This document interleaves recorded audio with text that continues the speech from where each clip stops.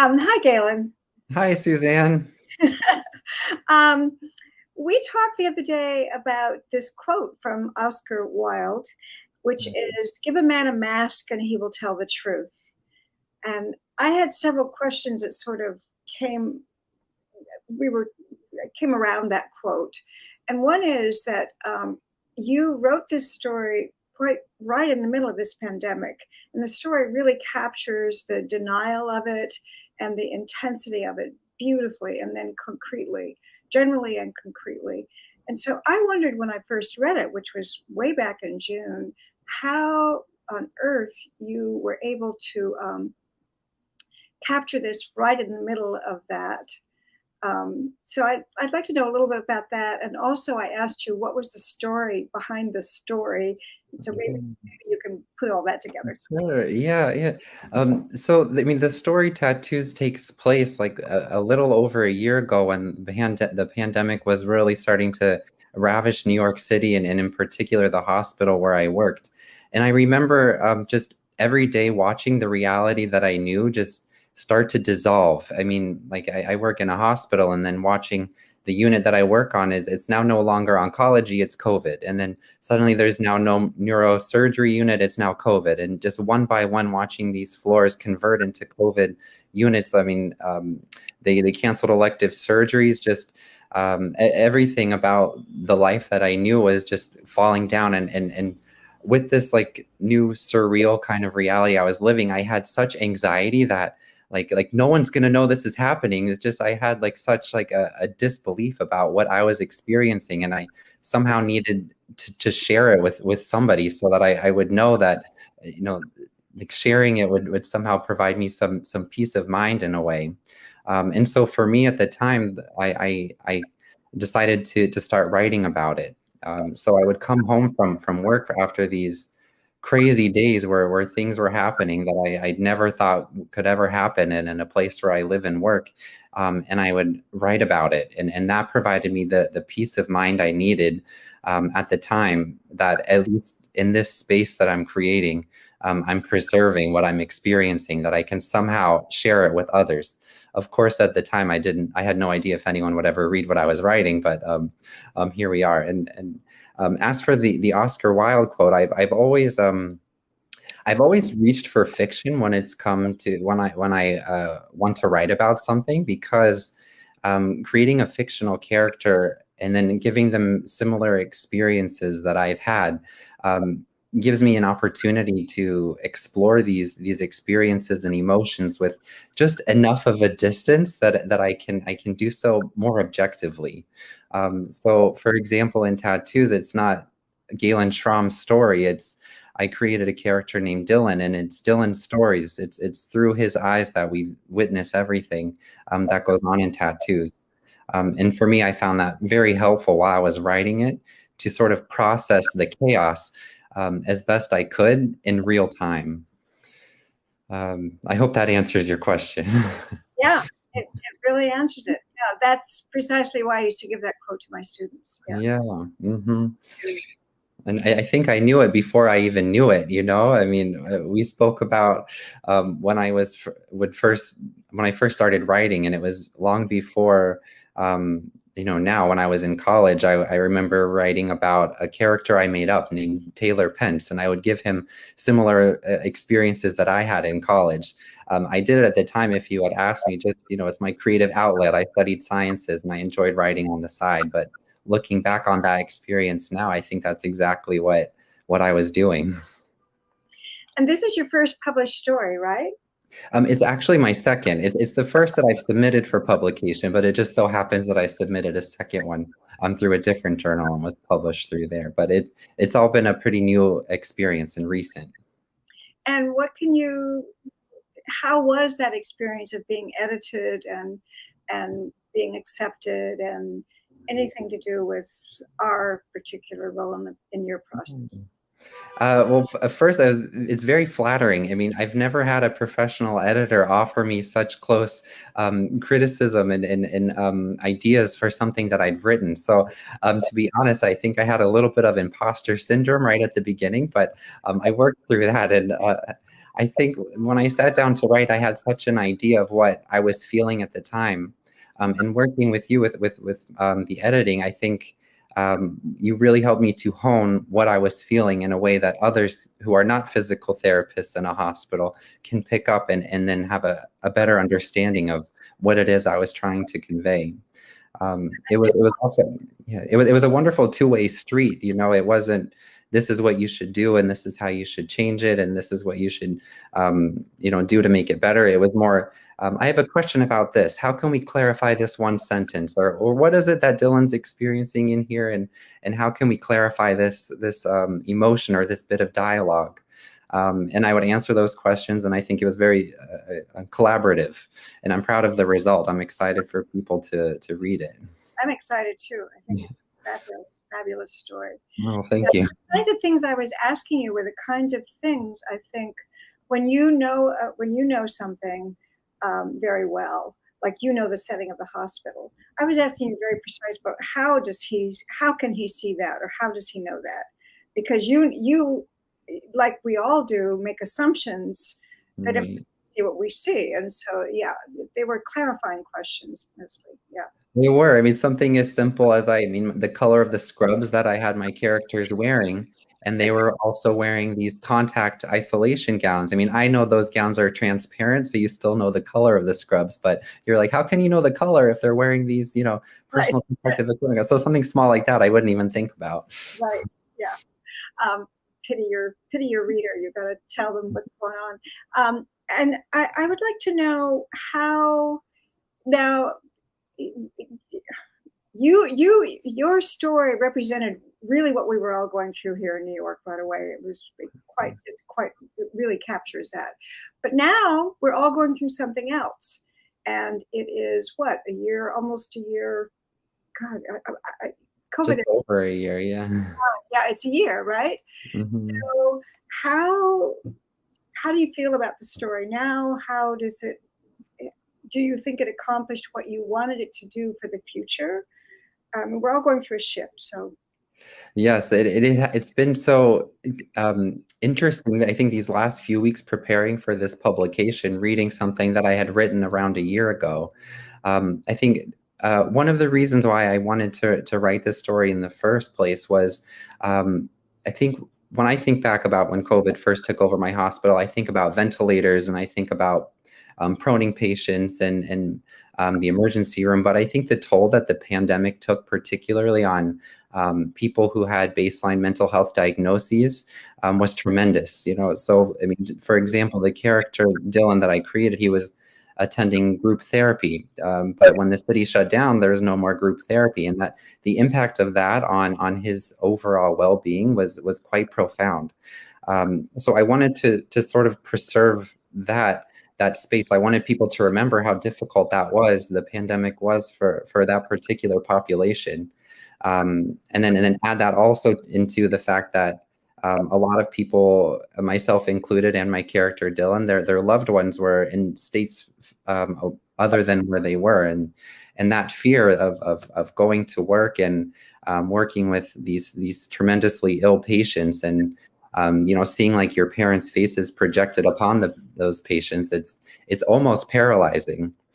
So thinking about that now, as I sit here, I'm so happy to tell you that as of last week, both of my parents are fully vaccinated, and that relief is it's so tremendous. Like, I don't think I've ever felt that much relief in my life, and I couldn't have imagined feeling like this a year ago when I was writing that. I also think a lot about like the racial disparity amongst COVID infection and death rates. I remember back in April 2020, when Tattoos takes place, there was an article in the New York Times that was just beginning to state the trend about how Latinx and Black New Yorkers were being infected and dying from COVID at higher rates than white New Yorkers. And then now we turn on the news and I'm hearing stories about like vaccination rates and the similar kind of disparity there. I mean, my parents were part of the top 10 mostly white counties where people were 80% more likely to have received at least the first dose of COVID vaccines than the other counties in Florida. And that I saw that on a CBS News report. So I think whenever we look back on COVID in the future, I want those trends to also be right there and at the forefront, so we can demand better. Yeah, and you did a marvelous job in that story of putting up front the plot of the story, the relationship between the patient and Dylan, but also through Dylan's problems and his roommate and other characters, really, really showing all of those things. I think it's a wonderful story. Yeah. Oh, thank you. Yes, it affected everyone differently. So I'm glad that you picked up on the different characters and the different way that they experienced the same phenomena. And I guess you've answered my question. Did it help you to write the story? How do you feel about that at this distance? And can you talk more about that? Yes, I think at the time, like writing really helped me to process what I was feeling now, and in a way, like the editing, or at the time, it helped me to process what I was feeling as it was all going on. And I think the editing and preparing has also helped me to process like a year in review, kind of like where we are now compared to a year ago. I think.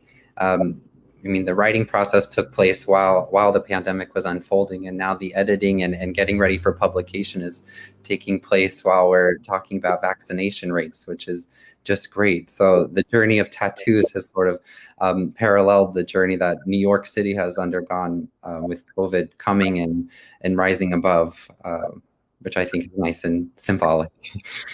And have you written something since? Have you been writing this year since then? I have been, yeah. So I'm a student of narrative medicine at Columbia University. I do an online program, and so I've been taking a few classes where I've been working on writing through that program. I've done some writing on my own too, but that's where most of my focus has gone. And that's your background. That's where you started writing. That is, yes.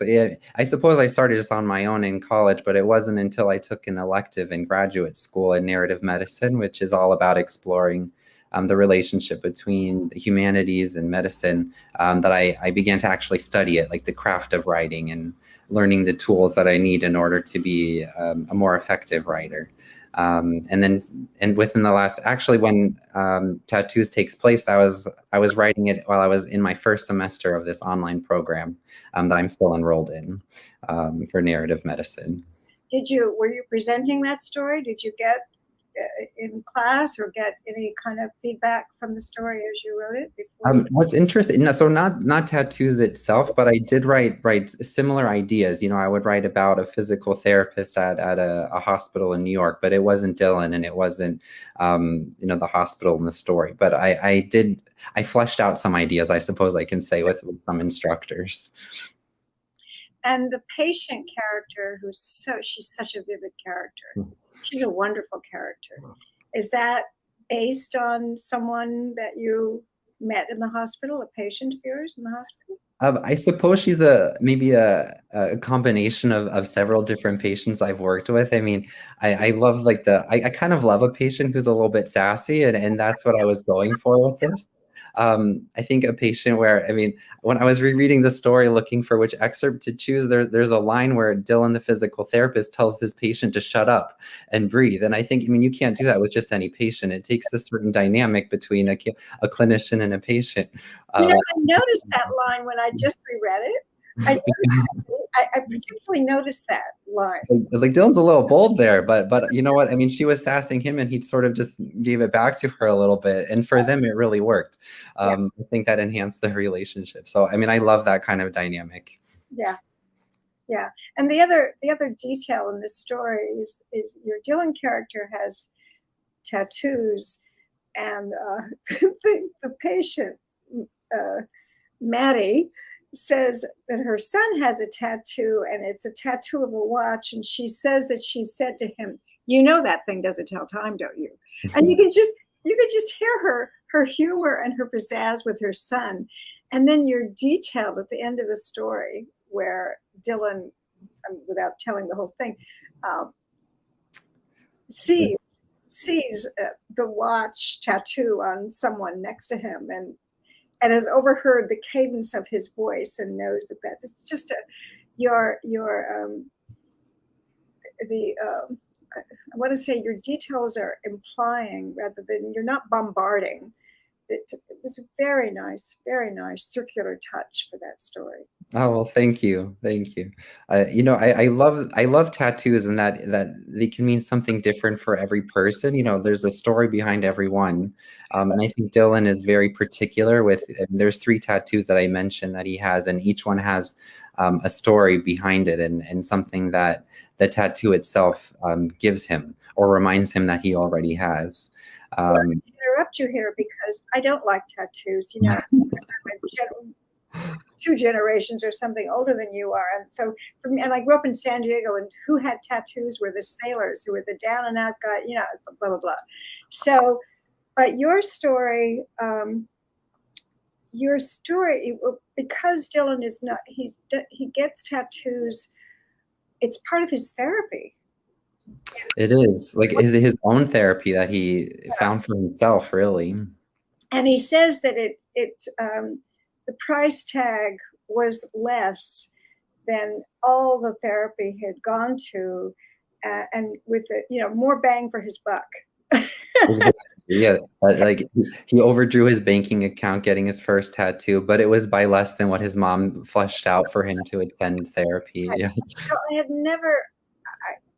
had never considered that once.